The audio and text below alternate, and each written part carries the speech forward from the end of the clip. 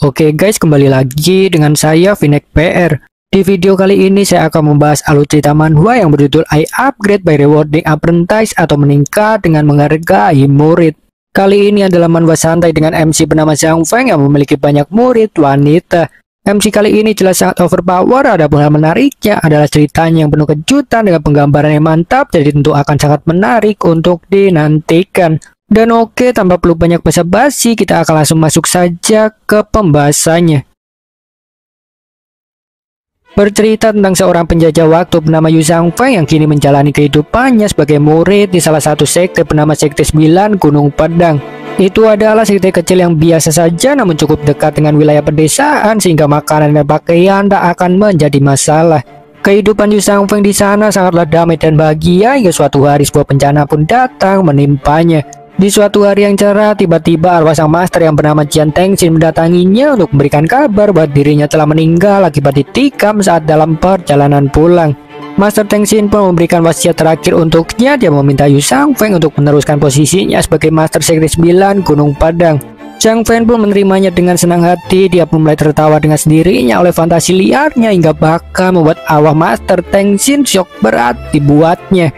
Dan Zhang Feng pun menjadi panik dengan sendirinya melihatnya yang seolah kehilangan nyawa. Dia pun kemudian mulai menangis lagi karena ingat bahwa masternya sudah tewas. Dan dia pun tiba-tiba berteriak dalam hati karena sang master yang lupa memberitahunya di mana harta sekte disembunyikan. Saat itu pun arwah Master Tengxin kemudian memegang tangannya membuatnya tersentak ketika menyadari bahwa arwah itu masihlah hidup. Master Tengxin pun menjelaskan bahwa tadi itu hanya terkejut saja melihat tampang konyolnya. Dia pun kemudian memberitahu Zhang Feng bahwa masih memiliki satu hal penting untuk dibicarakan. Zhang Feng pun membuka telinganya lebar-lebar, namun siapa sangka apa yang ingin Master Tengxin beritahukan adalah bahwa dia telah menerima tantangan duel dari Sekte Murka Harimau yang akan diadakan 3 hari mendatang. Dia pun meminta Zhang Feng untuk datang menggantikannya demi menjaga nama baik Sekte 9 Gunung Padang. Mendengar itu pun Zhang Feng jelas sangat terkejut. Dia pun kehabisan kata. Arwah Master Tengxin pun kemudian segera pergi melarikan diri. Setelahnya dia pun hanya berpesan menyerahkan sisanya pada Zhang Feng. Zhang Feng pun segera menyatakan ketidakterimaannya, namun Master Tengxin tak menjawab sama sekali dan menghilang begitu saja. Zhang Feng yang tak ingin mati pun segera bersiap melarikan diri. Dia pun membawa semua barangnya. Dia sungguh tak peduli lagi dengan reputasi sekte karena lawannya kali ini adalah sekte besar yang memiliki banyak murid tangguh. Dia pun kemudian segera bergegas pergi, namun tiba-tiba sistem muncul di hadapannya. Sistem pun langsung menunjuk Zhang Feng sebagai tuan rumah dan kemudian memulai pengaktifan sistem pemberian hadiah murid. Sistem pun kemudian memberikan status profilnya yang mana ternyata Zhang Feng itu masih ada di alam dasar dengan hanya memiliki satu pedang kualitas rendah. Dan namun sistem pun meyakinkannya tak perlu khawatir karena dengan memberikan hadiah pada murid akan membuatnya mendapatkan hadiah 2 kali lipat hingga 1000 kali lipat. Dan namun item yang diberikannya harus selalu berbeda dengan waktu reset selama 1 bulan. Dan melihat itu pun Zhang Feng jelas sangat gembira karena merasa bahwa kesempatan emas sudah datang untuknya yang seorang penjelajah waktu. Dan sistem pun kemudian memberikan pengumuman tambahan bahwa hadiah pertama akan mencapai kelipatan maksimal sebagai hadiah pemula. Mendengar itu pun Zhang Feng jelas sangat bersemangat. Dia pun menjadi ingin untuk mencari murid secepatnya demi memperoleh kekuatan yang tak terkalahkan. Dan begitulah bagaimana cerita kemudian dimulai. Setelahnya Zhang Feng pun segera bergegas ke target pertamanya yang sedang menyapu halaman sekte.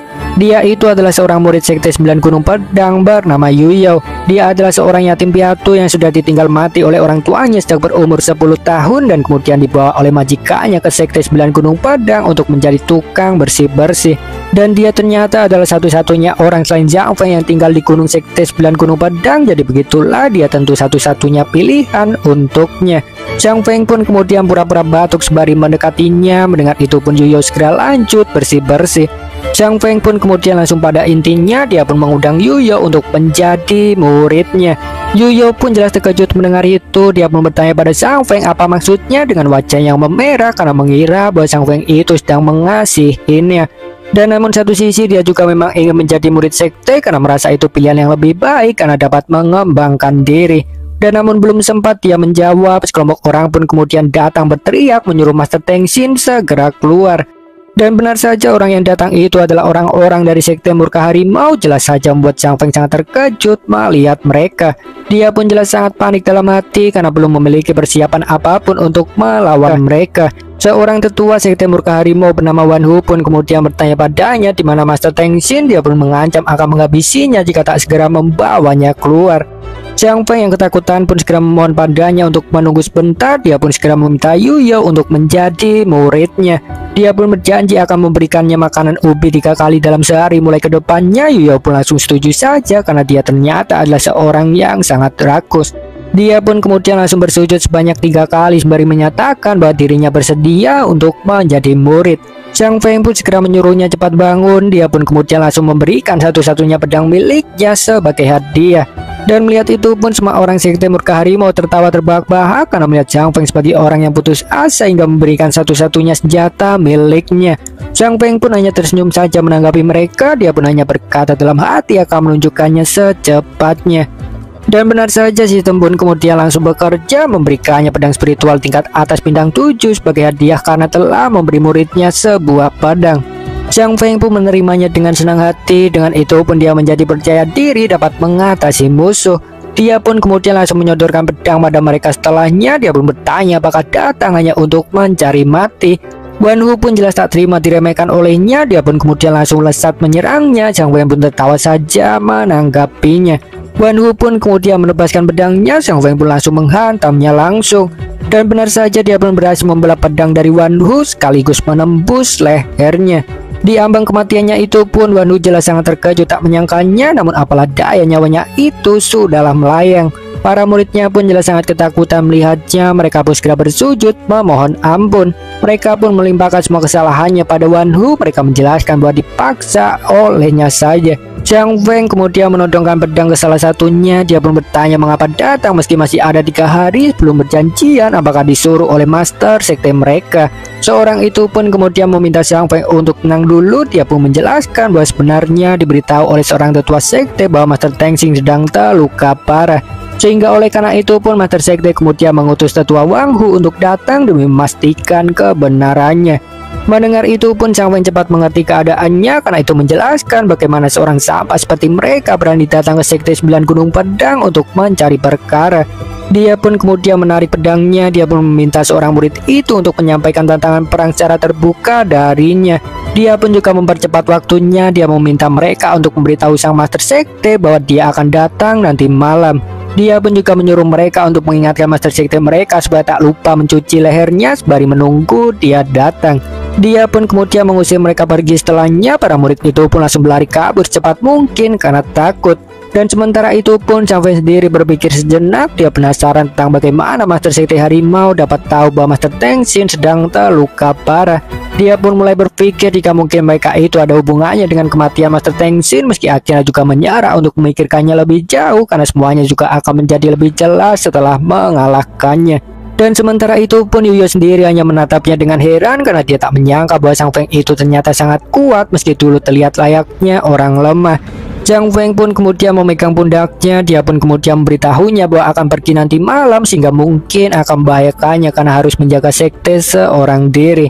Dan sehingga oleh karena itu pun dia kemudian memberinya teknik warisan 9 gunung pedang yang bernama teknik 100 pedang. Zhang Feng pun mentransferkannya melalui kedua jarinya dan kemudian memasukkannya ke dalam kepala Yu Yao. Dan seketika itu pun Yu Yao langsung menguasainya. Jadi begitulah itu sebuah metode yang sangat instan. Dan namun Zhang Feng tidaklah tenang hanya dengan itu saja. Dia pun kemudian lanjut memberikan 100 hari kultivasinya pada Yu Yao. Metode yang dia gunakan masihlah sama dengan sebelumnya. Jadi seketika itu pun kultivasi Yu Yao terus meningkat hingga bahkan berhasil menembus ranah pengumpulan Ki. Zhang Feng pun sampai terkejut dibuatnya karena Yu Yao itu sebenarnya adalah orang yang sama sekali tak memiliki bakat kultivasi. Bahkan sekalipun Master Teng Xin pernah mengajarinya, itu juga tak bekerja. Zhang Feng pun cepat mengerti bahwa itu pasti karena ada pengaruh sistem yang membantunya. Dia jelas merasa sangat puas dan ingin mencari lebih banyak murid lagi. Setelahnya pun Zhang Feng kemudian menyuruh Yu Yao untuk beristirahat dulu saja karena baru berhasil menerobos untuk kembalikan vitalitasnya yang terkuras dalam proses. Yu Yao pun kemudian memberikan hormat padanya seraya berterima kasih. Dia pun berjanji pasti akan membalas kebaikannya suatu hari nanti. Zhang Feng pun jelas sangat gembira mendengarnya, namun dia tetap berusaha untuk tampil bijak. Dia pun hanya memuji Yu Yao atas kesetiaannya dan kemudian kembali ke kamarnya. Seusai memberikan Yu Yao kultivasi dan teknik bela diri, Xiang Feng tentu saja mendapatkan hadiah dari sistem. Dia pun segera memeriksanya dengan penuh semangat, yang mana ternyata berupa peningkatan kultivasi sebanyak 82 tahun sebagai hadiah dari memberikan 100 hari kultivasinya pada Yu Yao, atau setara dengan peningkatan 300 kali lipat. Dan kemudian juga mendapatkan teknik kuning tingkat tinggi bernama 10.000 pedang sebagai hadiah dari memberikan teknik 100 pedang pada Yu Yao, jadi peningkatannya adalah sebanyak 100 kali lipat. Dengan itu pun Xiang Feng berhasil menerobos ke alam formasi, yang kita kesampingkan dulu saja karena tingkat kultivasinya masih belum jelas. Yang pasti hanyalah Xiang Feng menjadi sangat percaya diri untuk dapat mengalahkan Sekte Murka Harimau. Dengan itu dia juga yakin bahwa akan bisa mengembalikan Sekte 9 Gunung Pedang ke masa jaya. Dan sementara itu pun Shen setelahnya berpindah ke Sekte Murka Harimau, di mana 2 orang murid yang Xiang Feng ampuni sudah sampai ke tempat sang Master Sekte. Mereka pun melaporkan semua yang Xiang Feng ucapkan. Mendengar itu pun sang Master Sekte yang botak sencabul hanya menunjukkan reaksi yang biasa saja. Dia itu sendiri ada di ranah budidaya alkimia. Dia sama sekali tak mengindahkan peringatan Xiang Feng karena merasa tak mungkin kalah bahkan dengan Master Teng Xin, apalagi hanya oleh seorang bocah sepertinya. Dan saat berikutnya pun sebuah hembusan angin mengejutkannya. Siapa sangka itu adalah Xiang Feng yang tiba-tiba datang. Xiang Feng pun kemudian langsung menagih janji duel dengannya. Dia pun menyuruhnya untuk segera bersiap mati sembari mengumpulkan kekuatan spiritual ke tangannya. Si botak pun tersentak melihat itu karena dia tahu bahwa itu adalah kekuatan dari seorang ranah formasi yang mungkin lebih tinggi darinya. Semua muridnya pun kemudian langsung menyergap Xiang Feng demi melindungi sang master. Mereka menyerang dari berbagai sisi. Xiang Feng pun tertawa saja menanggapi mereka. Dia pun mengatakan bahwa semut seperti mereka itu tak pantas untuk menghentikannya. Dia pun kemudian meledakkan energi spiritual dalam tubuhnya. Seketika itu pun semua murid Sekte Harimau terhempas jatuh. Dia pun kemudian lanjut memukul salah seorang di antara mereka, mengempaskannya tepat ke depan sang Master Sekte Harimau, jelas membuatnya murka. Dia pun kemudian bertanya pada Xiang Feng dia itu sebenarnya berasal dari mana, karena sejauh yang dia tahu hanya ada Xiang Feng yang tak berguna saja di Sekte 9 Gunung Pedang selain dari Master Teng Xin. Xiang Feng pun tersenyum saja menanggapinya. Dia merasa bahwa semua orang itu sungguh layaknya sampah. Si botak pun tersentak melihat itu. Dia pun kemudian menyuruh Xiang Feng segera memperkenalkan dirinya karena yakin dia tak mungkin berasal dari Sekte 9 Gunung Padang.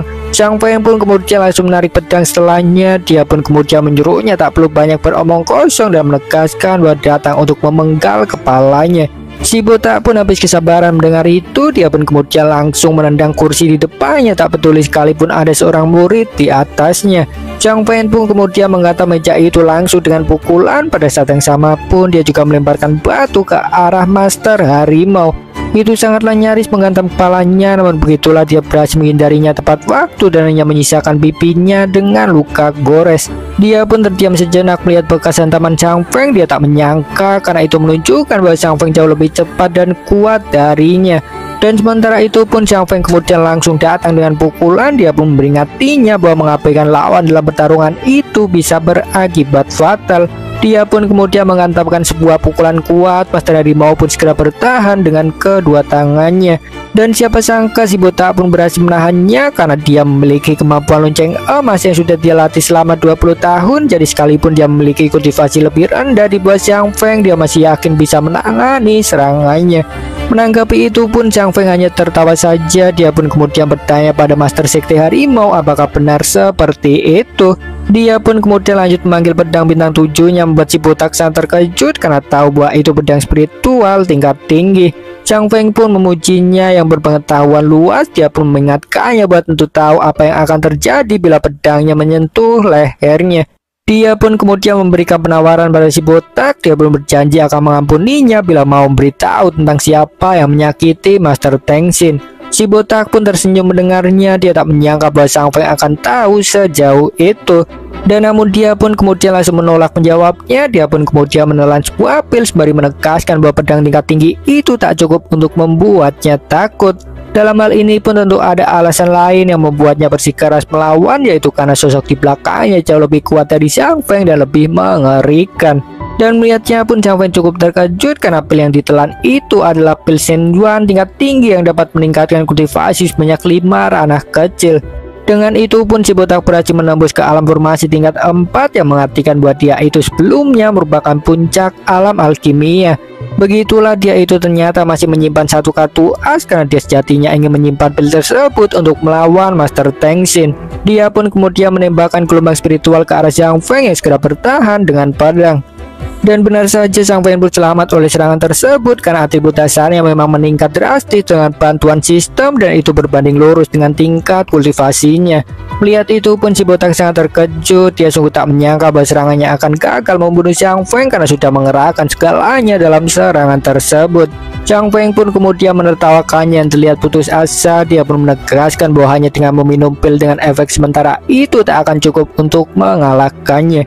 Dia pun kemudian melepaskan teknik 10.000 pedang dan langsung menghujani si botak. Dengan itu si botak pun segera bertahan dengan lonceng emas sembari merasa heran karena tak pernah mendengar bahwa Sekte 9 Gunung Pedang memiliki teknik pedang sekuat itu. Dan benar saja pertahanannya pun runtuh dalam sekejap, tubuhnya pun tertusuk oleh ribuan pedang dan tewas dalam sekejap mata. Dan namun Zhang Feng juga belum puas sampai di situ saja, dia pun lanjut menusuk jantung si botak memastikan kematiannya. Singkat cerita, waktu pun cepat berlalu. Setelahnya, dua orang murid pun terlihat datang ke aula sekte Murka Harimau. Keduanya pun jelas sangat terkejut melihatnya banyak murid yang tergeletak di lantai, terlebih Master Sekte jugalah sudah tak bernyawa. Adapun mereka itu nampaknya adalah utusan dari sosok di belakang si botak, sehingga melihat kematiannya itu pun mereka menjadi panik karena takut menjadi target balas dendam.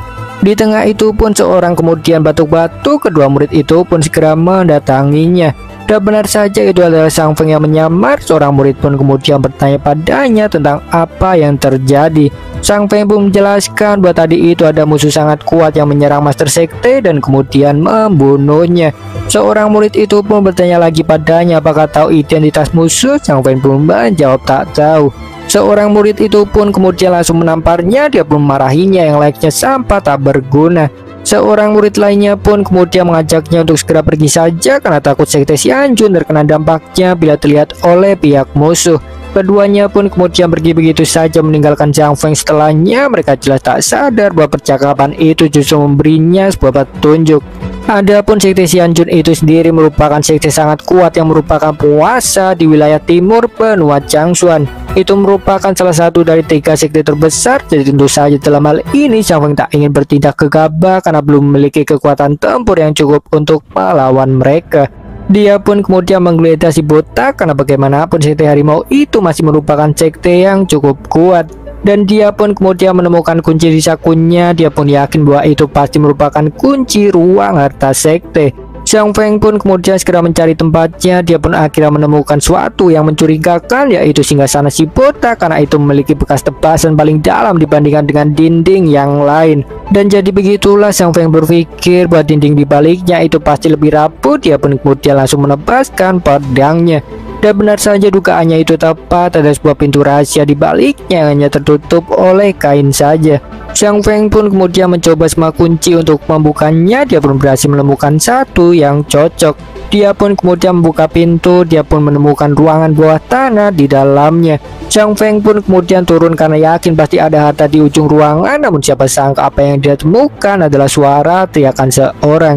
Zhang Feng pun segera berlari ke sumber suara yang ada di bagian terbawah tangga. Dia pun menemukan sebuah penjara. Suara itu ternyata berasal dari para wanita yang terkurung di dalamnya. Mereka pun langsung mohon untuk tak dibunuh ketika Zhang Feng tiba. Mereka semua bahkan bersedia untuk melakukan apapun untuk itu. Mereka terlihat sangat trauma.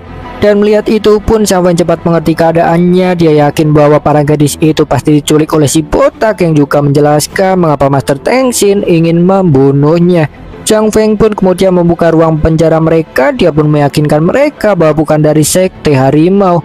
Dia pun memberitahu mereka bahwa sudah membunuh semua orang Sekte Harimau. Dia pun kemudian menyuruh mereka untuk segera pulang saja karena kondisinya sudah aman. Zhang Feng pun kemudian lanjut membebaskan para tawanan yang lainnya. Begitulah ternyata ada sangat banyak dari mereka. Mereka pun terlihat sangat senang karena si botak brengsek akhirnya tewas. Dan namun dalam hal ini pun ada sebuah kesalahpahaman. Mereka mengira bahwa Zhang Feng itu pasti utusan dari Sekte Xianjun sebagai sekte penguasa di wilayah timur. Xiang Feng pun kemudian menjelaskan kepada mereka bila itu tak benar. Dia pun menegaskan bahwa bukan dari sekte Xianjun. Semua orang pun jelas sangat terkejut mendengarnya, karena sejauh yang mereka tahu hanyalah sekte Xianjun saja yang dapat mengalahkan sekte muka harimau. Dan seorang gadis pun kemudian berterima kasih pada Xiang Feng. Dia pun menanyakan namanya supaya dapat buat monumen batu untuk peringati jasanya. Xiang Feng pun kemudian memperkenalkan dirinya sebagai master dari sekte 9 Gunung Padang. Dia pun memberitahu mereka bahwa si botak itu sebenarnya bersekongkol dengan sekte Xianjun untuk melakukan aksi penculikan. Dia menjelaskan bahwa oleh karena itu datang karena tak tahan pada si botak yang bertindak seenak jidat. Begitulah dia itu bermain peran sebagai seorang pahlawan. Dia pun kemudian meminta semua orang untuk jangan memberitahukannya pada siapapun karena takut menarik murka sekte Xianjun. Dalam hal ini pun dia tentu punya rencana tersendiri saat mengatakan semuanya, yaitu supaya reputasi sektenya meningkat dan memudahkannya untuk mencari murid baru. Semua orang pun kemudian berjanji tak akan membocorkannya. Pada saat yang sama pun mereka mulai menaruh kebencian pada sekte Xianjun karena bertindak keji meski selalu memberikan penghormatan dan persembahan pada mereka setiap tahunnya. Xiang Feng pun kemudian menyuruh semua orang untuk cepat pulang saja supaya tak membuat keluarga mereka khawatir. Semua orang pun kemudian berterima kasih padanya satu persatu. Mereka pun kemudian pergi setelahnya hingga menyisakan satu anak kecil saja yang terdiam di tempatnya. Xiang Feng pun kemudian bertanya padanya mengapa tak pergi dengan yang lainnya. Anak kecil itu pun jawab bila tak punya rumah tujuan.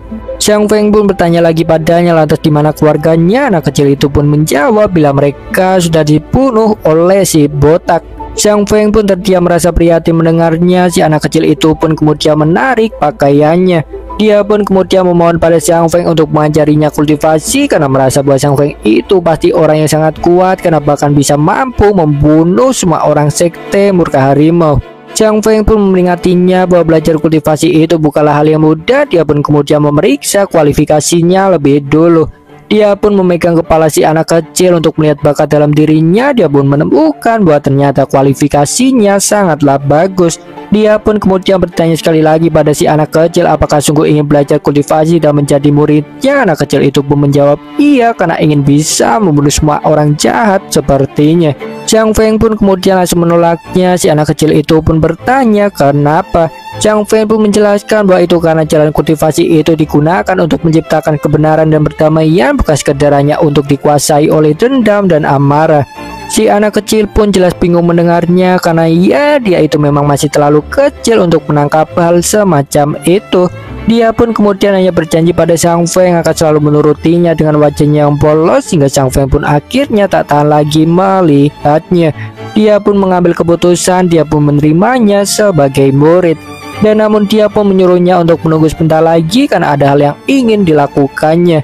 Dia pun kemudian tiba-tiba menatap ke sebuah dinding. Dia pun langsung melepaskan pedang ke dinding tersebut. Dinding itu pun hancur dalam sekejap mata dan benar saja ada sekumpulan harta di dalamnya.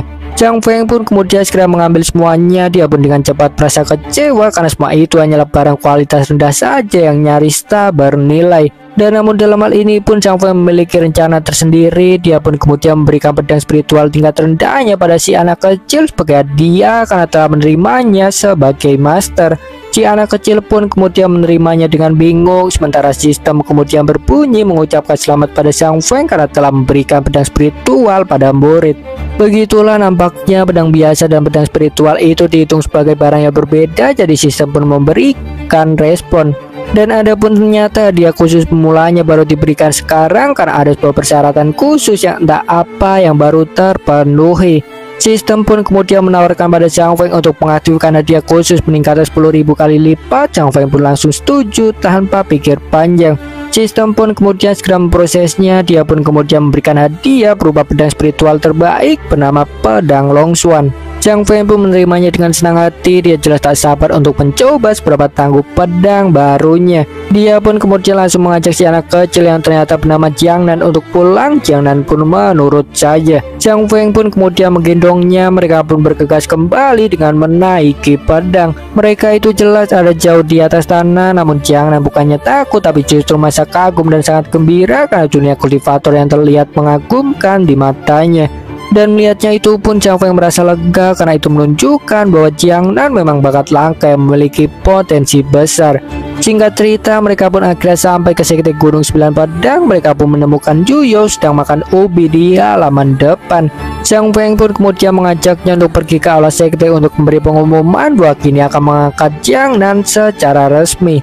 Jiang Nan pun kemudian bersujud memberikan hormat pada Zhang Feng. Dia pun menyatakan kebersediaannya untuk menjadi murid. Dan begitulah itu semacam formalitas. Zhang Feng pun kemudian menyuruhnya untuk segera bangun. Jiang Nan pun kemudian menurut saja, dan namun siapa sangka kepalanya itu penuh darah karena terlalu keras membenturkan kepalanya saat memberikan hormat.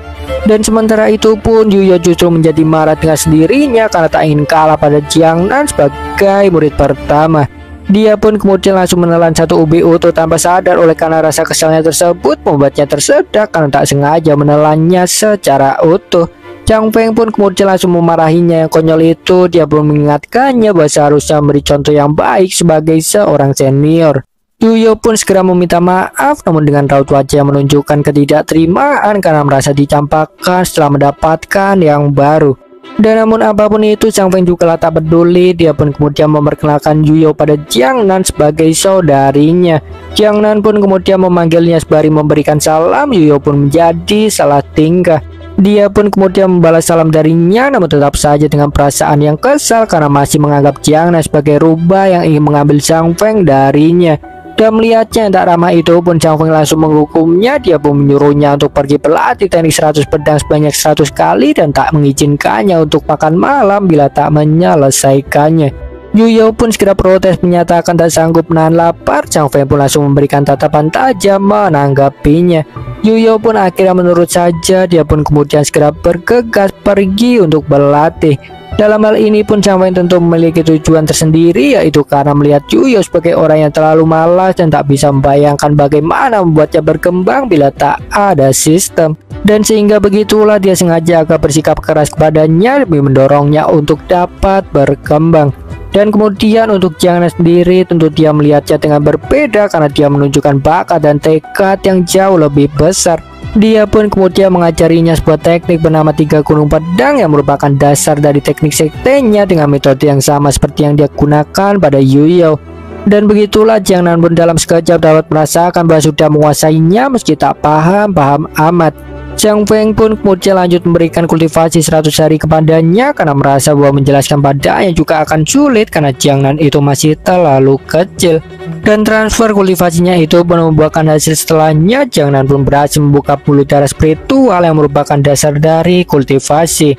Dan lagi-lagi sistem pun kemudian merespon pemberian hadiah. Dia pun menawarkan pengaktifan kelipatan 10.000 kali lipat lagi pada Zhang Feng karena telah memenuhi persyaratan. Jadi nampaknya memberikan item yang sama itu justru pemicunya. Mungkin translation sebelumnya memang ada yang salah, atau mungkin sistemnya sendiri yang agak nggak beres. Dan apapun itu, Zhang Feng jelas langsung menyetujui pengaktifannya, namun siapa sangka itu berakhir dengan sebuah kegagalan. Jadi pada dasarnya itu masihlah diundi lagi dan hanya meningkatkan peluang keberhasilannya saja. Zhang Feng ini hanya mendapatkan hadiah peningkatan 2 kali lipat saja. Jadi hadiah yang dia terima adalah 200 hari kultivasi. Zhang Feng pun jelas kecewa berat atas hasil tersebut karena hanya membuang-buang kesempatan saja. Dan di tengah itu pun sistem kemudian memberikan sebuah tugas kepadanya untuk menemukan bakat tersembunyi murid. Zhang Feng yang bingung pun kemudian meminta penjelasan. Sistem pun kemudian menjelaskan bahwa tubuh Tao milik Jiang Nan itu dapat dibangkitkan bila memberikan 100 tahun kultivasi. Adapun tubuh Tao itu sendiri adalah sebuah tubuh yang langka yang hanya muncul sekali dalam 10.000 tahun. Jadi Zhang Feng langsung menyetujuinya tanpa pikir panjang karena terlebih sangat yakin akan mendapatkan pembalian dari sistem yang jauh lebih besar. Sistem pun kemudian langsung memprosesnya. Dia pun mentransferkan 100 tahun kultivasi Zhang Feng pada Jiang Nan. Tubuh Taonya pun kemudian bangkit. Setelahnya itu memunculkan urat spiritual yang membentang tinggi ke langit dengan sangat mencolok. Urat spiritual yang Jiang Nan lesatkan ketika membuka tubuh Tao jelas membuat kegemparan besar di dunia kultivasi. Terlihat seorang murid sekte Tiang Wuge terbangun dari meditasinya. Ketika merasakannya, dia menduga bahwa lesatan spiritual yang muncul adalah kelahiran harta karun legendaris. Dan kemudian Xin pun berpindah ke sekte Xingtian yang juga sama halnya dengan sebelumnya dapat melihat lesatan spiritual. Master setempat pun juga menduga bahwa itu merupakan kelahiran harta karun legendaris, sehingga dia pun langsung memimpin semua muridnya untuk melihat secara langsung. Dan Shin pun setelahnya berpindah lagi ke sekte Xianjun, di mana terlihat ada seorang penatua bernama Wang dan seorang gadis bernama Jiang Xian. Mereka itu adalah guru dan murid. Mereka di sana sedang membicarakan tentang sekte 9 Gunung Padang. Pada dasarnya itu hanyalah pembicaraan biasa saja. Jiang Xian bertanya pada tetua Wang tentang apa yang akan terjadi dengan sekte 9 Gunung Padang dengan perubahan dunia yang begitu cepat. Tetua Wang pun menjawab bahwa sekte 9 Gunung Padang itu pasti memiliki sesuatu yang ditinggalkan oleh Master Teng Xin mengingat pernah mengalami masa kejayaan. Dalam hal ini masih ada beberapa hal yang tak jelas karena Jiang Xian ini sendiri entah terlibat dalam pembunuhan Master Teng Xin atau tidak. Dan namun untuk tetua Wang ini jelas terlibat karena namanya sempat disebutkan oleh kedua murid sekte Xianjun yang datang ke sekte Murka Harimau. Dan adapun mereka itu nampaknya juga tak melihat lesatan spiritual Jiangnan karena mungkin tertutup oleh gunung atau karena tempatnya yang terlalu jauh. Dan di tengah pembicaraan mereka itu pun seseorang kemudian melemparkan pedang ke arah tetua Wang yang langsung menangkapnya dengan sikap. Pedang itu sendiri ternyata berisi sebuah pesan yang memberitahunya bahwa fenomena aneh telah terjadi. Itu seharusnya merujuk pada kebangkitan Jiangnan, sehingga dia pun langsung mengutus Jiang Xian untuk mengambilnya. Jiang Xian pun kemudian bertanya padanya lantas bagaimana bila ada pertentangan. Tetua Wang pun menyuruhnya untuk melakukan cara paksa dan menegaskan bahwa tak ada satupun hal yang bisa didapatkan orang lain jika sekte Xianjun tak bisa mendapatkannya. Begitulah sifat aslinya pun terlihat, namun bagaimanapun sebagai seorang murid, Jiang Xian tentu menurutinya. Dan Shin pun setelahnya berpindah ke sisi Sang Feng yang jelas saja menderita luka dalam cukup parah karena kultivasi 100 tahun itu sudah seperti semua kultivasi miliknya. Dan namun sekalipun seperti itu juga dia masih merasa percaya diri karena yakin bahwa akan mendapatkan pengembalian yang lebih besar dari sistem. Juga tentu saja kebangkitan Jiangnan adalah suatu hal khusus lainnya karena Jiangnan sendiri jugalah anak yang penurut. Dia pun berjanji pada Sang Feng tak akan mengecewakannya. Sang Feng pun tersenyum saja mendengarnya. Dan namun itu sama sekali tak bisa menutupi luka dalam yang dia derita. Jiangnan yang cemas pun kemudian bertanya padanya apa yang terjadi, apakah baik-baik saja. Sang Feng pun meyakinkannya untuk tenang saja karena kultivasi 100 tahun itu hanyalah sepotong kue untuknya. Dia menjelaskan bahwa hanya menderita luka kecil saja. Dia pun kemudian menasihati Jiangnan untuk lebih memikirkan dirinya saja. Dia pun kemudian memintanya untuk lanjut berlatih sendiri dulu karena ingin beristirahat terlebih dahulu. Jiangnan pun hanya menurut saja. Dia sungguh tersentuh oleh Sang Feng karena tak menyangka akan diberi begitu banyak. Sang Feng pun kemudian segera kembali ke kamarnya. Dia pun langsung tertawa sendiri layaknya orang gila setelah menutup pintu sembari memanggil sistem. Dan benar saja sistem pun kemudian langsung meresponnya dan memberikan penawaran untuk pengaktifan peningkat kesempatan peluang hadiah 10.000 kali lipat karena telah memenuhi persyaratan. Sang Feng pun langsung menyetujuinya dengan penuh semangat. Sistem pun kemudian segera memprosesnya dan mengumumkan keberhasilan aktivasi. Sistem pun mengirimkan hadiah 10.000 kali lipat, jadi itu setara dengan 1 juta tahun kultivasi. Dengan itu pun Sang Feng mendapatkan tubuh suci yang dapat mengubah takdir seseorang bahkan menantang kehendak langit.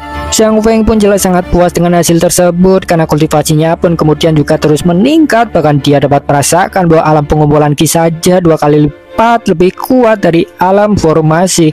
Sistem pun kemudian lanjut memberitahunya bahwa dengan tubuhnya yang sekarang dia dapat berkomunikasi dengan energi spiritual langit dan bumi sesuka hati dan tak akan mengalami hambatan apapun. Juga memberitahu Sang Feng bahwa dia kini dapat merobos ke jalan surgawi yang merupakan puncak dari seorang kultivator dunia. Dan untuk lebih jelasnya kita akan diperlihatkan lebih dulu dengan tingkat kultivasi di dunia manhwa kali ini yang terbagi menjadi 8 ranah yang bisa langsung kalian lihat saja di kolom deskripsi. Dengan puncak ranah tertinggi adalah ranah transformasi tubuh. Setidaknya itu merupakan ranah yang bisa dicapai seorang manusia karena di atasnya lagi ada jalan surgawi yang memiliki 10 tahapan dan itu hanya bisa dimiliki oleh Sang Feng seorang saja serta para muridnya sebagai hak khusus dari sistem. Secara konsepnya kurang lebih sama dengan manhwa yang lainnya yang biasanya menggunakan sistem dunia fana dan surga, jadi jalan surgawi itu hanya bisa didapatkan oleh seorang dewa. Dan namun sebelum itu sistem pun memberikan sebuah tugas khusus pada Sang Feng. Dia memintanya untuk mengumpulkan 5 elemen energi spiritual sebagai persyaratan penerobosan ke jalan surgawi. Sang Feng pun tentu tak ingin melewatkan kesempatan tersebut. Dia pun segera memikirkan cara untuk bisa mendapatkannya. Dan namun siapa sangka tiba-tiba sekelompok orang kemudian berteriak mencari keributan. Chang Feng yang masih belum puas pun kemudian meminta pengembalian lagi dari sistem. Sistem pun benar meresponnya karena belum memberikan hadiah untuk teknik 3 gunung pedang yang dia berikan pada Jiang Nan. Sistem pun seperti biasa menawarkan peningkat peluang. Chang Feng pun menyetujuinya. Chang Feng pun segera berdoa setelahnya supaya berhasil mendapatkan kelipatan maksimal. Sistem pun lanjut mengumumkan bahwa hasilnya adalah peningkatan 200 kali lipat dan memberinya teknik baru bernama alam 3 pedang yang dapat mengontrol pedang sesuka hati. Chang Feng pun jelas sangat puas akan hasil tersebut karena untuk menggerakkan pedang sesuka hati itu sebenarnya perlu memiliki niat pedang sangat kuat yang setidaknya hanya bisa dilakukan oleh seorang master tingkat jiwa baru saja. Dan apapun itu, Chang Feng pun segera keluar setelahnya untuk melihat siapa yang berani datang mencari perkara. Dan Shin pun setelahnya berpindah ke halaman depan sekte di mana Yu Yao dan Jiang Nan sudah ada di sana. Seorang bernama Hong Seng yang ada di alam formasi pun kemudian menyuruh keduanya segera menyingkir dan memanggil master mereka. Yu Yao yang cemas pun kemudian mengancamnya. Dia pun memperingatinya bahwa masternya itu adalah orang yang sangat kuat. Dan tapi ya Hong Chen ini tuh tak mengindahkan peringatannya karena dia tahu bahwa Master Teng Xin sudah tewas, juga tahu bahwa yang tersisa hanyalah Chang Feng yang layaknya sampah saja. Dia pun kemudian menyuruh Yu Yao untuk memanggilnya saja jika punya nyali. Saat berikutnya pun dia tersentak karena Jiang Nan yang tiba-tiba mengangkat pedangnya. Dalam hal ini dia tahu bahwa itu pedang spiritual meski tingkat rendah, namun itu masih menunjukkan bahwa sekte 9 gunung pedang merupakan sekte yang kaya karena bahkan anak kecil saja yang baru membuka kultivasinya diberi senjata semacam itu. Setidaknya itulah yang Hong Seng pikirkan. Saat berikutnya pun sang MC kita akhirnya sampai. Yu Yao dan Jiang Nan pun tersenyum lega melihatnya. Chang Feng pun tanpa banyak bicara kemudian langsung menyuruh semua orang yang datang untuk berlutut bila ingin diampuni. Semua yang datang pun jelas emosi mendengarnya. Seorang murid pun langsung menyerang Chang Feng karena berani bersikap sombong meski hanya sampah lemas saja. Yu Yao pun sangat panik melihat itu. Dia ternyata tahu bahwa Chang Feng itu baru saja kehilangan kultivasinya dan masih belumlah pulih. Setidaknya begitulah yang dipikirkannya. Sementara Chang Feng sendiri hanya memasang tampang receh karena seorang sampah berani menyebut orang lain sebagai sampah. Dan seorang murid yang menyerang itu pun merasa terhina karena Chang Feng yang tak segera mengeluarkan pedang. Dia pun memperingatinya bahwa tak akan segan padanya. Chang Feng pun segera mengayunkan dua jarinya sembari menegaskan bahwa dirinya itu memang tak butuh pedang. Seketika itu pun leher seorang murid di depannya terpenggal dan tewas seketika. Melihat itu pun Hong Seng yang nampaknya adalah pimpinan sekte jelas sangat terkejut karena terlebih gerakan Chang Feng juga sangat amat cepat dan nyaris tak terlihat. Dia pun kemudian memujinya. Dia pun mengundangnya untuk bergabung dalam sekte Jiangbo-nya bila ingin selamat. Chang Feng pun hanya mengulangi kalimatnya saja menanggapinya. Dia menyuruhnya untuk memilih antara bersujud atau mati. Hong Seng yang tak terima pun langsung melesat menggunuskan pedangnya. Chang Feng pun kemudian memanggil pedang longsuan miliknya. Dia pun kemudian meminta Jiang Nan dan Yu Yao untuk melihatnya dengan baik sebagai pelajaran. Dia pun kemudian langsung menebaskan pedangnya. Gelombang angin yang sangat kuat pun tercipta dengan itu menghantam Hong Seng, menyeretnya mundur. Dia pun segera bertahan dengan menancapkan pedangnya ke tanah. Chang Feng pun kemudian langsung menertawakannya. Dia pun bertanya mengapa sudah berlutut sebelum melakukan apapun. Dan semua orang pun menjadi bingung. Begitu juga Mimin pun ikut bingung dibuatnya karena nampaknya gerakan Chang Feng yang terlalu cepat itu tak bisa dilihat oleh mereka semuanya kecuali Hong Seng. Dia tahu bahwa teknik yang Chang Feng gunakan itu adalah teknik legendaris bernama pedang bergerak sesuka hati. Dia pun segera mengubah sikapnya dan meminta maaf. Satu sisi pun dia juga menjadi kagum pada Chang Feng karena tahu bahwa orang yang mampu menggunakan teknik semacam itu hanyalah yang memenuhi syarat saja dan memahami niat pedang dengan sempurna. Chang Feng pun kemudian bertanya padanya kemana sikap sombongnya sebelumnya. Ketika itu pun Hong Seng menjadi sangat panik. Dia pun menjadi gagap. Dia pun menjelaskan bahwa tadi itu hanya bercanda saja. Dan setelahnya pun Shin berpindah ke sisi sekte Xingtian yang masih dalam perjalanan ke tempat Chang Feng. Langkah kaki mereka pun kemudian terhenti di tengah jalan karena merasakan adanya niat pedang yang sangat mengerikan. Mereka pun menduga bahwa itu adalah para tetua sekte Xianjun yang sudah bergerak. Sang master sekte pun terdiam bertanya tentang siapakah yang ditargetkan oleh mereka, dan namun apapun itu juga dia tak peduli lagi. Dia itu ternyata sama sekali tak takut pada sekte Xianjun. Dia pun kemudian mengajak semua muridnya untuk tetap maju apapun yang terjadi, dan semua muridnya pun menurut saja karena percaya pada kemampuannya. Dan Shin pun setelahnya berpindah lagi ke sisi murid sekte Tiang Wuge yang merasakan hal yang sama. Hal yang pertama terlintas dalam benaknya adalah juga pasti berasal dari sekte Xianjun, meski dia dengan cepat merasa ragu karena aura yang terpancar sedikit berbeda. Dan namun apapun itu dia juga tak peduli, dia pun segera bergegas untuk memastikan sendiri dengan kedua matanya. Dan Shin pun setelahnya berpindah lagi ke sisi Changxian yang juga melihat hal serupa. Dan sebagai pihak sekte Xianjun, dia jelas sadar bahwa itu bukan berasal dari kelompoknya. Dia pun mulai bertanya-tanya siapa yang bisa menggunakannya. Dan namun apapun itu juga dia juga tak peduli karena dia menganggap semua harta di dunia adalah milik sekte Xianjun. Sehingga oleh karena itu pun dia segera bergegas pergi demi merebut kembali kepunyaannya, meski itu juga hanya klaim sepihak saja. Dan siapa sangka mereka bertiga pun sampai ke tempat Zhang Feng di saat yang bersamaan, tepat ketika Hong Sheng sudah menyerah. Ketiganya pun saling menatap satu sama lain dengan heran karena tentu saja itu sebuah kebetulan yang tak ditebak siapapun. Dan melihat mereka pun Zhang Feng hanya tertawa saja karena merasa akan agak sibuk hari ini. Master Xingtian pun kemudian mengambil langkah lebih dulu. Dia pun menyuruh Zhang Feng untuk segera menyerahkannya bila ingin hidup. Zhang Feng pun bingung tentang apa maksudnya. Dia pun bertanya-tanya apakah dia itu menginginkan pedangnya. Dan tapi dia dengan cepat juga menjadi ragu karena sekalipun itu pedang terbaik, namun seharusnya masih belum diketahui banyak orang. Dia pun memikirkan kemungkinan lainnya. Dia pun menduga bahwa yang diinginkannya itu pasti adalah sekte 9 Gunung Pedang itu sendiri karena sedang dalam masa kemunduran dan tak punya banyak murid lagi. Dan apapun itu juga dia juga tak terlalu peduli. Dia pun kemudian langsung menantang Master Xingtian untuk maju mengambilnya sendiri bila mampu. Dan ngomong-ngomong, Zhang Feng ini ternyata hanyalah mampu menerobos ke tingkat puncak alam alkimia saja. Jadi semua sisa kultivasi yang dia peroleh dari sistem sebelumnya memang diakumulasikan untuk membentuk tubuh suci. Sedangkan untuk Master Xingtian sendiri adalah puncak alam formasi. Namun sekalipun seperti itu juga Zhang Feng tidaklah takut karena yakin dapat mengatasinya. Zhang Feng pun kemudian melepaskan teknik pedang bergerak sesuka hati, menghasilkan hembusan angin yang sangat kuat hingga bahkan buat Master Xingtian sangat terkejut karena sejauh yang dia tahu sekte 9 Gunung Pedang tak memiliki teknik tersebut. Dan sementara itu pun mata seorang murid yang Wuge melotot saking tak menyangkanya, dan Changxian hanya tersenyum saja karena merasa bahwa itu pasti teknik warisan 9 Gunung Pedang. Master Xingtian pun kemudian mengajak seorang murid yang Wuge untuk bekerja sama sementara waktu dan membicarakan hasilnya nanti karena sadar bahwa Zhang Feng bukan orang sembarangan. Dan namun seorang murid yang Wuge langsung menolaknya. Dia pun menegaskan padanya bahwa dia itu tak layak untuk mengajukan hal seperti itu kepadanya. Dia pun kemudian langsung melesat menyerang Zhang Feng, namun siapa sangka Changxian kemudian menghadangnya karena tak ingin dia mendapatkan harta lebih dulu. Changxian pun kemudian langsung memperkenalkan dirinya pada Zhang Feng sebagai seorang murid sekte Xianjun yang datang untuk membantu. Mendengar nama itu pun Zhang Feng jelas menjadi murka, namun dia memutuskan untuk menahan diri lebih dulu demi memanfaatkannya sembari memikirkan rencana. Dan dia pun dengan cepat menemukan solusi dengan melihat Hong Sheng karena dia sadar bahwa apa yang kurang dari sektenya itu adalah jumlah saja. Dia pun kemudian bertanya pada Hong Sheng apakah mau untuk belajar teknik pedang yang sebenarnya. Hong Sheng yang bingung pun kemudian bertanya apa maksudnya, apakah ingin menerimanya sebagai murid. Dan seketika itu pun Hong Sheng teringat dengan masa lalunya karena dia itu ternyata adalah seorang pensiunan kultivator pedang. Begitulah dia itu mendirikan sekte Prema setelah mendapatkan kekuatan yang cukup hingga lupa tujuan awalnya untuk berlatih teknik pedang karena sudah sangat puas hidup membuli yang lemah. Dia pun menangis mengingat kebodohannya tersebut. Dia pun kemudian bertanya pada Zhang Feng apakah benar layak untuk orang sepertinya dapat belajar teknik pedang yang sebenarnya. Zhang Feng pun tersenyum melihatnya yang mudah dipengaruhi. Dia pun kemudian menyuruhnya untuk menghentikan para murid sekte Xingtian sebagai syarat penerimaan. Hong Sheng pun segera berdiri penuh semangat. Dia pun kemudian mengajak semua anak buahnya untuk langsung bergerak melawan sekte Xingtian.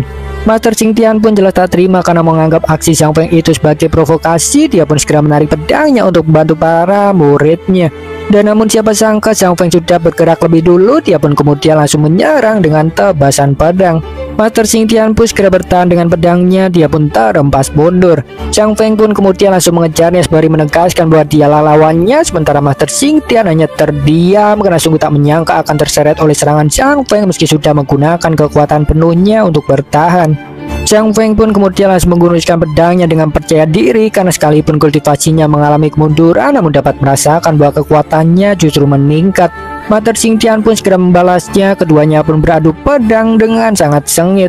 Master Xingtian pun kemudian bertanya pada Zhang Feng kultivasi apa yang sebenarnya dia miliki. Zhang Feng pun tertawa saja dan menyuruhnya untuk membuktikan saja bila memang cukup kuat daripada banyak bacot. Zhang Feng pun kemudian langsung melompat mundur, dia pun melepaskan teknik 10.000 pedang. Master Xingtian pun kemudian segera bertahan dengan perisai, namun itu dengan cepat hancur oleh hantaman pedang dari Zhang Feng. Master Xingtian pun kemudian langsung kabur karena saat tak mungkin bisa menang, dia bahkan sampai lupa bahwa para muridnya masihlah tertinggal. Mereka semuanya pun jelas sangat panik secara alami. Hong Sheng pun kemudian menertawakan mereka karena memiliki master pecundang yang tak punya kesetiaan. Seorang senior sekte Xingtian pun kemudian segera mengajak semua orang untuk kabur, namun Zhang Feng tak membiarkan mereka. Dia pun kemudian langsung menepaskan pedangnya yang terbalut oleh api. Ketika itu pun api merambat dari tanah dan membakar mereka semua. Dan melihat itu pun Chang Xian yang sedang bertarung melawan seorang murid sekte Tiang Wuge sampai teralihkan karena merasa kagum pada Zhang Feng atas keterampilannya yang sangat luar biasa tersebut. Seorang murid Tiang Wuge pun jelas tak terima karena diabaikan olehnya. Dia pun kemudian langsung memfokuskan energi spiritual ke telapak tangannya.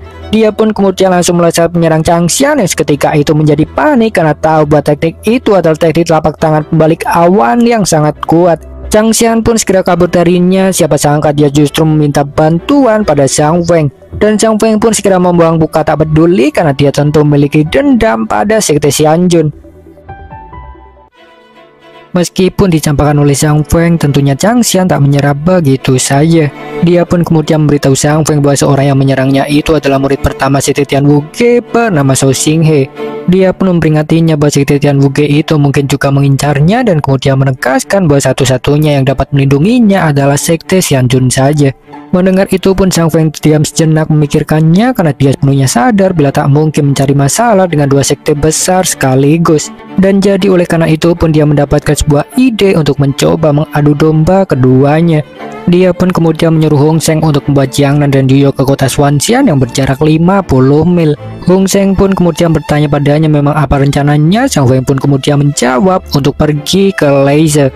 Mendengar itu pun Hong Sheng sangat terkejut karena Leise itu adalah tempat yang sangat berbahaya. Dan namun bagaimanapun dia juga tak berani membantah, jadi dia pun menurut saja. Dalam hal ini pun Zhang Feng tentu sudah memiliki rencana tersendiri. Dia itu berniat untuk juga melepaskan sektenya terlebih dahulu untuk membuat persiapan.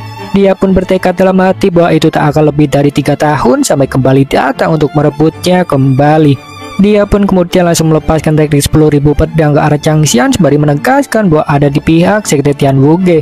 Chang Xian pun segera bertahan dengan bingung. Dia pun kemudian bertanya pada Zhang Feng apa maksudnya. Dan sementara itu pun Shou Xinghe tertawa saja melihatnya. Dia merasa bahwa hal menarik akan segera terjadi. Zhang Feng pun menegaskan pada Chang Xian bahwa maksudnya adalah ingin membunuhnya. Mendengar itu pun Chang Xian tersentak. Dia itu ternyata sudah tahu bahwa Master Sekte Xianjun yang membunuh Master Teng Xin. Jadi dia pun mulai panik karena berpikir bahwa Zhang Feng mungkin sudah mengetahuinya. Keduanya pun beradu pedang dengan sengit. Sementara Hong Sheng mengambil kesempatan untuk membawa Jiangnan dan Duyo kabur, namun Shou Xinghe tak membiarkannya. Dia pun menghadang mereka, namun ternyata hanya untuk memberitahu bahwa tak akan menghalangi bila memang ingin pergi. Hong Sheng pun kemudian bertanya padanya mengapa. Xinghe pun menjawab jika tak tertarik saja dan menyuruhnya segera pergi. Hong Sheng pun kemudian langsung mengambil kesempatan tanpa pikir panjang, sementara Zhang Feng masih lanjut bertarung melawan Chang Xian. Dan dalam hal ini pun Xinghe sendiri tentu memiliki alasan, yaitu karena dia sejatinya mengincar harta adalah karena berpikir itu dapat menyelamatkannya dari kesengsaraan alam jiwa. Dan namun begitulah dia tak menyangka bahwa justru akan menemukan Zhang Feng yang bisa memahami niat pedang dengan kultivasi alkimia, jadi dia tertarik kepadanya. Dia itu bermaksud untuk menangkapnya supaya dapat mengajarinya tentang niat pedang. Dan di tengah pertarungan itu pun Chang Xian tiba-tiba menawarkan kerjasama pada Xinghe untuk mengalahkan Zhang Feng lebih dulu, namun Xinghe langsung menolaknya dan menegaskan bahwa dia itu bukan orang picik sepertinya. Zhang Feng pun melihat kesempatan bagus melihat itu karena dia sadar bahwa Xinghe itu pasti memiliki harga diri yang tinggi yang lebih mudah ditangani daripada Chang Xian. Dia pun kemudian mengajukan kerjasama padanya untuk mengusir Chang Xian lebih dulu, dan benar saja Chang Xian ketika menjadi semakin panik karena sekalipun dia merasa dapat mengalahkan Zhang Feng, dia tentu sadar bahwa tak mungkin untuknya bisa menang jika Xinghe ikut campur. Dia pun kemudian menebaskan pedangnya membuat Zhang Feng mundur. Dia pun kemudian langsung kabur setelahnya. Zhang Feng pun membiarkannya saja lebih dulu karena latar belakangnya berasal dari sekte Xianjun bukanlah hal yang bisa ditanganinya untuk sekarang. Dan siapa sangka Xinghe kemudian langsung bergerak setelahnya. Dia pun menantang Zhang Feng untuk lanjut bertarung melawannya. Chang Feng pun kemudian segera menggunakan bacot-bacot nominya. Dia pun memintanya untuk sabar dulu. Dia pun bertanya padanya apakah sungguh ingin bertarung sekarang meski sama-sama dalam keadaan kehabisan tenaga. Xing He pun tersenyum menanggapinya. Dia pun menjawab bila itu memang benar, tak suka bertarung jika bukan dalam keadaan prima. Mendengar itu pun Chang Feng cukup lega karena dia merasa belum cukup kuat untuk bertarung melawannya. Chang Feng pun kemudian memintanya menunggu dulu saja sampai sama-sama pulih sebelum bertarung. Xing He pun setuju saja. Dia pun kemudian memberikan sebuah ramuan pada Chang Feng untuk membantunya memulihkan diri. Chang Feng pun kemudian menerimanya dengan heran karena itu merupakan ramuan kelas menengah yang cukup berharga. Dia pun kemudian berterima kasih sembari berpikir betapa bodohnya Xing He. Dan namun Chang Feng sendiri hanyalah menyimpannya saja, sementara Xing He pun kemudian langsung menelan sebuah pil. Dia pun kemudian lanjut bermeditasi untuk memulihkan dirinya. Saat itu pun Chang Feng langsung menyerangnya dengan teknik ribuan pedang. Xing He pun jelas sangat terkejut menyadarinya. Dia pun juga sangat marah karena ditipu. Chang Feng pun tertawa saja menanggapinya yang terlalu bodoh untuk bisa ditipu, sementara Xing He segera bertahan. Dan namun siapa sangka pertahanannya itu hancur dalam sekejap, membuatnya terhantam oleh tusukan pedang, sementara Chang Feng langsung kabur meninggalkannya. Xing He yang cukup terluka parah pun hanya terdiam melihatnya pergi. Dia pun bertekad untuk membalas dendam. Dan Xin pun setelahnya berpindah ke sisi Hong Sheng yang sudah sampai di kota Xuanxian. Dia menunggu Chang Feng dengan gelisah. Dia pun hanya berharap supaya dia baik-baik saja. Para anak buahnya pun kemudian menyarankan padanya untuk kabur saja daripada menjadi babu. Hong Sheng pun langsung menatap mereka dengan tajam. Dia pun bertanya pada mereka apakah sudah berani untuk mengajarinya. Seorang anak buahnya pun kemudian menjelaskan bahwa merasa tak sepadan saja. Dia pun mengingatkannya bahwa menjadi preman itu lebih menguntungkan, namun Hong Sheng langsung menolaknya. Dia pun menegaskan pada anak buahnya bahwa Chang Feng itu orang yang sangat kuat dan memang layak untuk diikuti. Seorang anak buahnya pun kemudian bertanya padanya apa yang hebat darinya, karena dari sudut pandangnya Chang Feng itu hanyalah seorang ranah alkimia saja. Hong Sheng pun kemudian langsung menghajar anak buahnya itu sampai pingsan. Saat berikutnya pun Chang Feng kemudian datang. Melihat itu pun Hong Feng sangat senang karena dia menjadi yakin bahwa pilihannya untuk mengikuti Chang Feng itu tidaklah salah. Dia pun segera berlari menyambut kedatangan Chang Feng, menyatakan rasa gembiranya karena dia baik-baik saja. Chang Feng pun kemudian bertanya padanya di mana Jiangnan dan Yu Yao. Hong Sheng pun meyakinkannya tak perlu khawatir karena keduanya sudahlah ada di penginapan yang aman. Chang Feng pun kemudian bertanya lagi padanya apakah bisa mengumpulkan semua anak buahnya. Hong Sheng pun menjawab bisa, tapi butuh waktu setengah hari. Chang Feng pun kemudian menyuruhnya segera bergegas. Dia pun memintanya untuk membawa semua orang yang ke sisi barat kota dalam waktu setengah hari untuk instruksi lebih lanjut. Hong Sheng pun menurut saja tanpa banyak bertanya. Dia pun kemudian langsung pergi setelahnya, sementara Chang Feng masih terdiam. Dia itu hanya tak menyangka saja akan kedatangan dua sekte raksasa dalam waktu satu hari, sehingga oleh karena itu pun dia merasa yakin bahwa lebih banyak lainnya pasti juga sudah bergerak. Dan dia pun kemudian menatap pedangnya meratapi ketidakberdayaannya karena bahkan tak bisa menghadapi mereka secara langsung.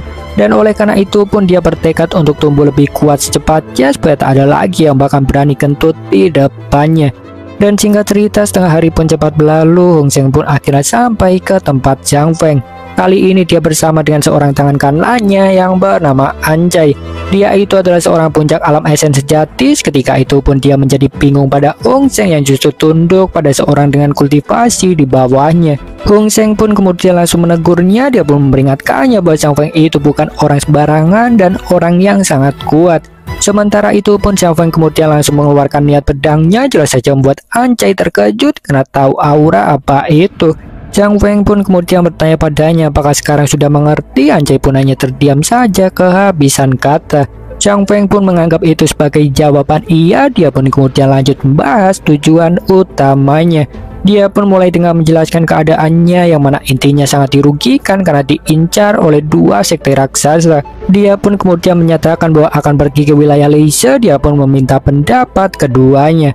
Hong Sheng pun kemudian menjawab dengan bertanya balik pada Chang Feng, bukankah tempat itu sangatlah berbahaya? Sedangkan Anjay kemudian menyatakan kesetujuannya karena merasa bahwa itu memang pilihan terbaik saat ini. Chang Feng pun kemudian memintanya untuk menjelaskan lebih detail. Anjay pun kemudian menjelaskannya. Pada intinya dia itu merasa bahwa tetap tinggal di prefektur Yoneng atau benua utama itu tak mungkin aman karena cepat atau lambat pasti dapat ditemukan oleh sekte Xianjun atau Tianwuge, karena terlebih ada beberapa aturan yang membuat mudah untuk meninggalkan jejak. Dan namun kondisinya sepenuhnya berbeda bila di Leise, karena itu merupakan wilayah tanpa hukum yang bebas meski dipenuhi oleh monster buas berbahaya. Jadi seperti kata pepatah, tempat paling bahaya itu adalah tempat teraman karena sulit dilacak, ucapnya. Dan dia pun kemudian menyatakan bahwa memiliki satu keraguan. Chang Fengpu bertanya apakah itu karena takut tak cukup kuat untuk menghadapi monster di sana. Ancai pun menjawab itu benar. Chang Fengpu kemudian meyakinkannya untuk tak perlu khawatir. Dia pun menjelaskan bahwa akan bisa membuatnya mengatasi semuanya bila mau bergabung dalam sektenya. Dia pun juga berjanji akan meningkatkan kekuatannya dalam waktu singkat. Ancai pun bertanya lagi padanya seberapa yakin. Chang Fengpu menjawab 10% saja. Jawabannya itu memang agak lain, jadi jelas saja Ancai merasa ragu. Dia pun kemudian bertanya lagi, lantas bagaimana bisa percaya bila 10% saja? Chang Feng pun kemudian mengeluarkan sebuah ramuan yang entah dari mana dia dapatkan, mungkin saja dari penyimpanan sektenya atau sekte murka harimau. Intinya itu adalah ramuan peningkat kultivasi tingkat menengah yang bahkan hanya dengan menciumnya saja Ancai merasa dapat mengatasi kemacetan kultivasinya. Sehingga dia pun akhirnya menerima Chang Feng sebagai masternya. Dia pun kemudian langsung bersujud memberikan hormat untuk sekaligus mewakili semua orang sekte Jisangbo. Chang Feng pun cukup puas mendengarnya karena kini mendapatkan sekelompok murid yang tulus. Dia pun kemudian memberikan ramuan pada Ancai dan Hong Sheng.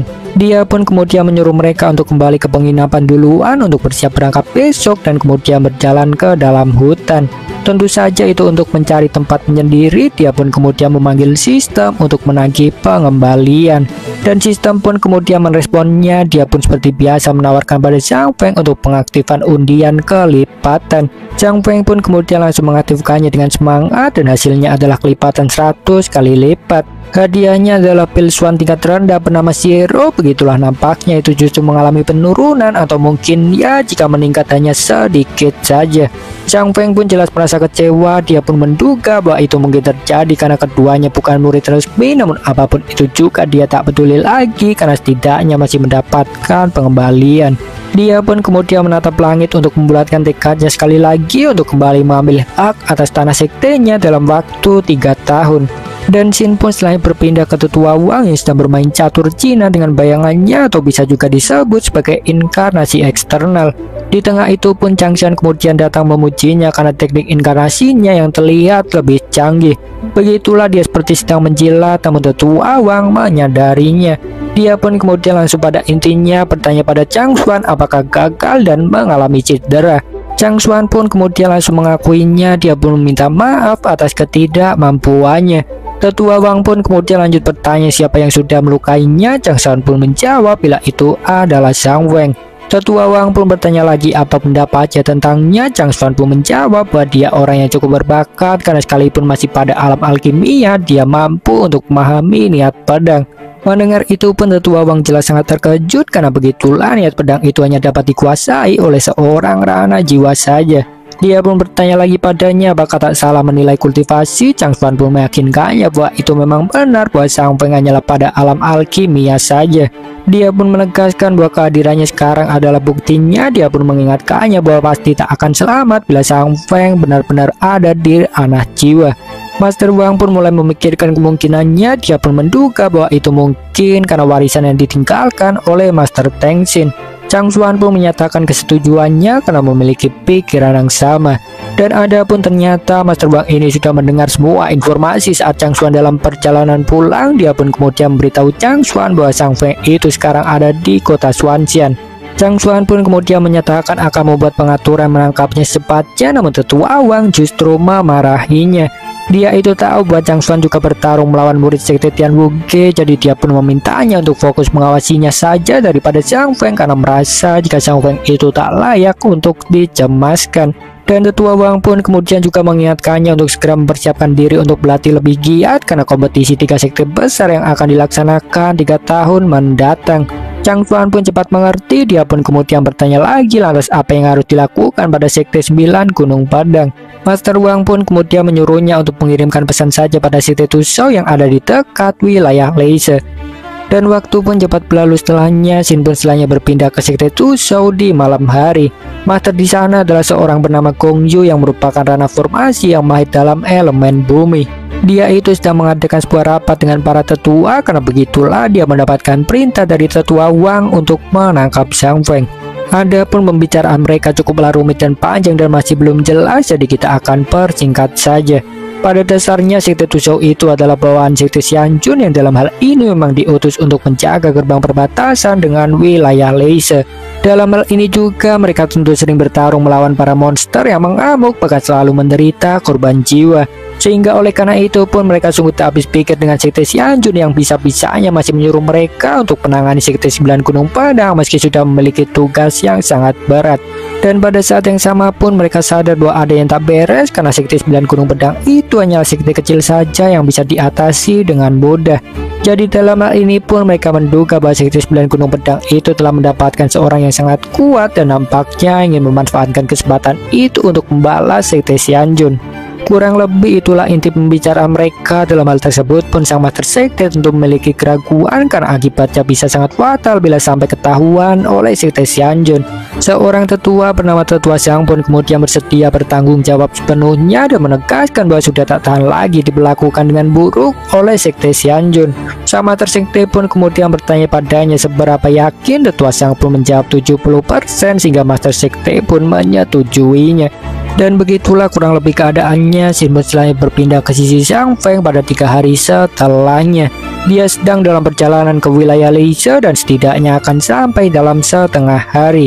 Seharusnya memang sangat dekat, namun dalam hal ini mereka terhenti sejenak karena untuk keluar dari prefektur Yongning dan masuk ke wilayah Leise itu tak mudah karena dijaga ketat oleh sekte Tusou.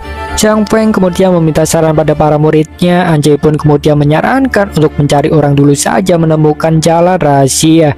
Dan siapa sangka solusi pun datang dengan cepat, karena ternyata ada seorang murid yang punya kenalan di dunia gelap.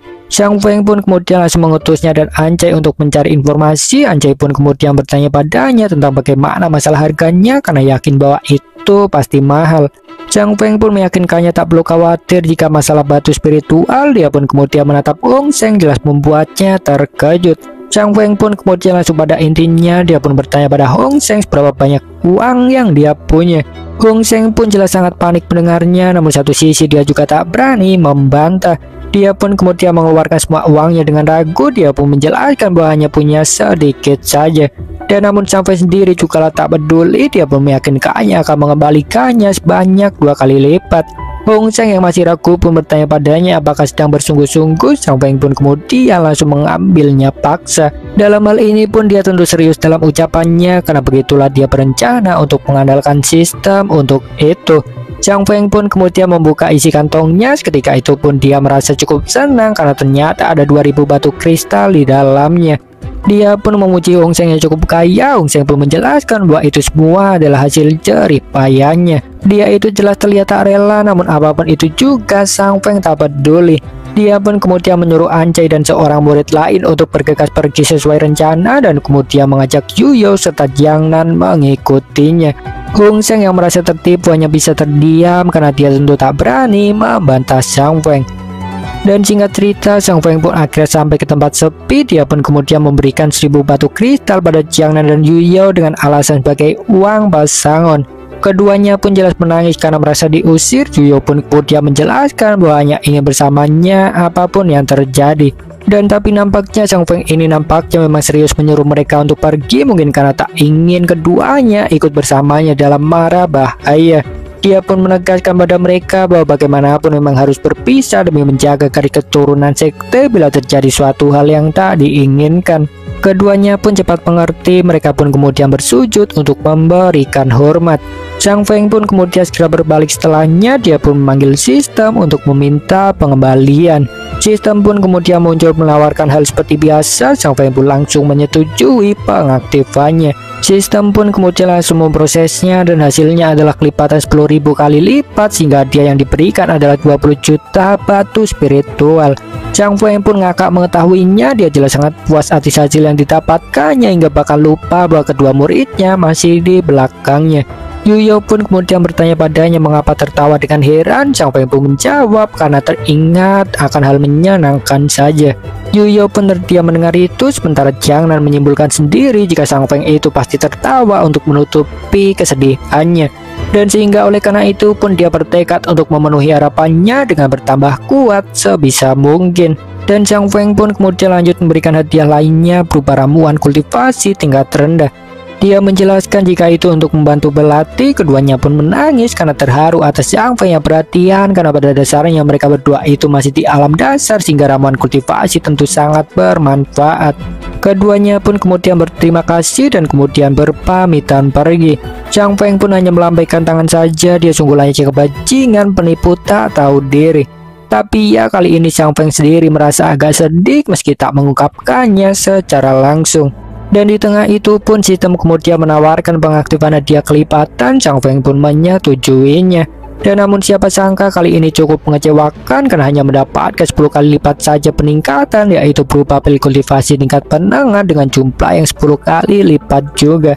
Zhang Feng pun kemudian memberikan semua itu pada Hong Sheng yang jelas saja sangat terkejut. Hong Sheng pun kemudian bertanya pada Zhang Feng apakah sungguh ingin memberikan semuanya. Zhang Feng pun mengingatkannya bahwa dia itu adalah muridnya, jadi tentu dia melakukan dengan baik.